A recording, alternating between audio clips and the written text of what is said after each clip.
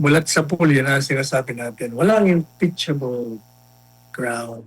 Yung kampo po ni Vice President Sara Duterte naghain na po ng tugon kaugnay sa impeachment complaints laban sa kanya. Na ito ang balita ni Angel Pastor.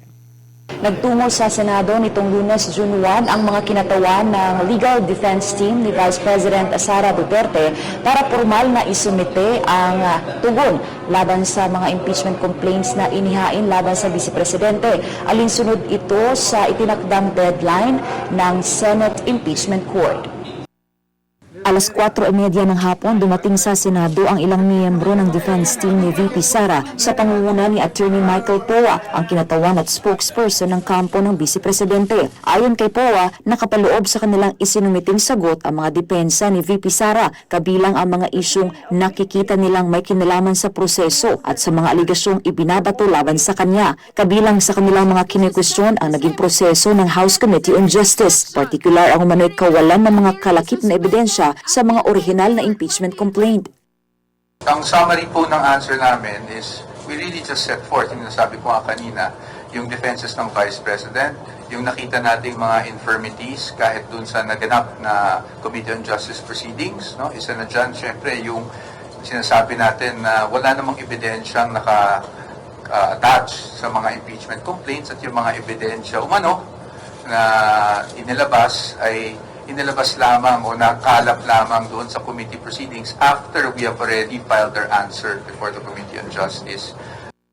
Sinabi rin ni Poa na tinutukan at binasa mismo ni Vice President Sara Duterte ang kanilang isinumiting sagot. Patunay anya na ang lahat ng nakasaad dito ay naaayon sa mga depensa ng Vice Presidente. Nilinaw rin ni Poa na ang paghahain nila ng sagot sa Senado ay hindi nangangahulugang isinasantabi na nila ang kanilang nakabinbing petisyon sa Korte Suprema. Anya, dahil wala pang inilalabas na temporary restraining order ang Supreme Court, maaari pa rin magpatuloy ang impeachment proceedings habang nakikilahok ang depensa. Isa rin anya sa kanilang pangunahing hinihiling ay ang tuluyang pagbasura sa articles of impeachment.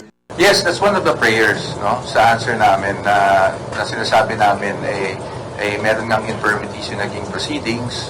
That's why we feel that it warrants dismissal. Kumpiyansa rin ang kampo sa kanilang legal position na walang nagawang impeachment offense ang Vice Presidente. Yes, because as far as we're concerned, we're very confident with our legal position.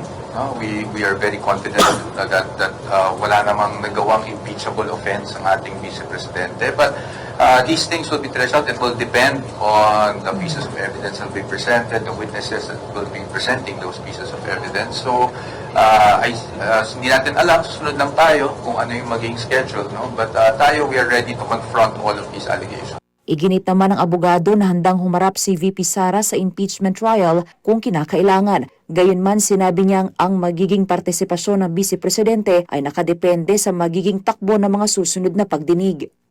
Of course, kaya po kami nandito dahil yun nga, parati sinasabi kailan naharap si VP, but I think we have to contextualize yung pagharap. The fact that we filed an answer now, kung hinaharap na ni VP, no, itong mga paratang laban sa kanya. Handa rin ang kampo na magpresenta ng kanilang witnesses kung kinakailangan, pero magdedepende pa rin sa mga ipipresenta ng prosecution panel. Tayo po kasi ay depensa, so tayo ay maghihintay muna. Of course, we have witnesses in mind, but as to the details, hintayin muna natin kasi ang burden of evidence dito ay nasa prosecution. No? So once they present their evidence, doon natin ma-determine kung ano ba yung kailangan nating ipresenta to rebut whatever they present. Naniniwala naman ang kampo ni VP Sara na magiging patas ang pagdinig ng mga senator judges. We should always give the senator judges the benefit of the doubt. Although we have to admit, and we're not naive to the fact that impeachment is both a political and a legal process, we believe in political neutrality of the senator judges. So kung meron mang partiality, wag po muna natin bigyan ng badge of any partiality ang kahit sinong senador. Bagamat inaasahan na umano ng kampo ni VP Sara ang mga ganitong hakbang, tiniyak nilang hindi nito naapektuhan ang pagtupad ng Vice Presidente sa kanyang mga tungkulin.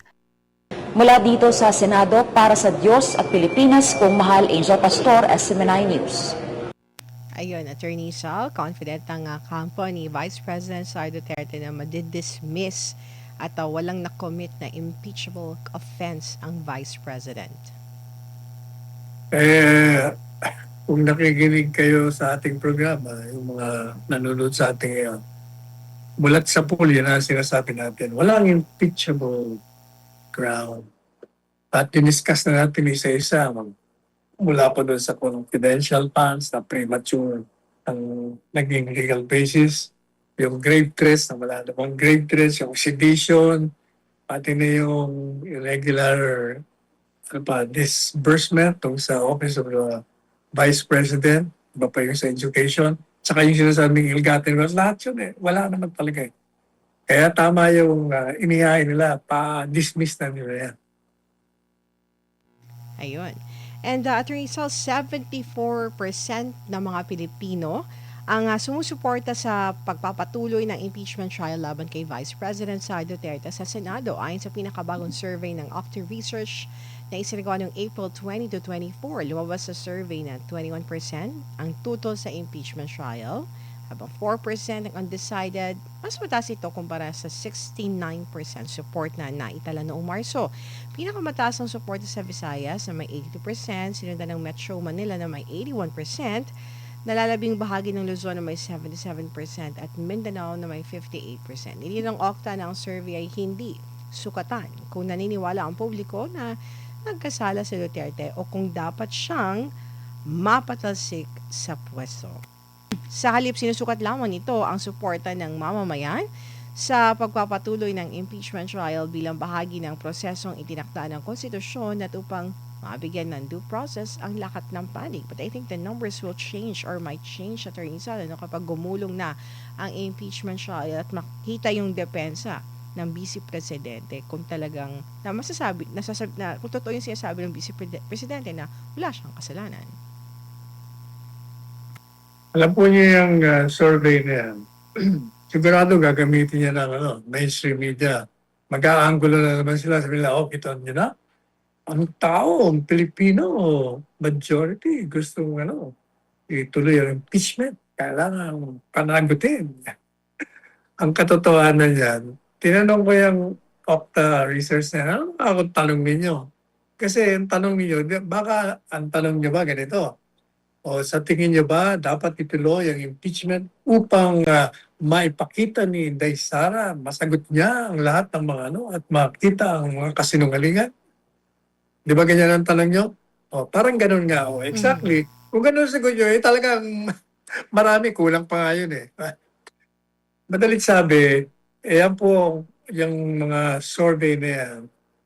Babasahin niyo, tanungin niyo muna kung tanong. Kasi doon mo makikita, pag inanglohan ng mga mainstream media, sasabihin nila, tamo, guilty, kaya mga Pilipino. Pero hindi yung ganun kasimple yan. Well, tingnan natin yung maging susunod na kabanata, Attorney Sal.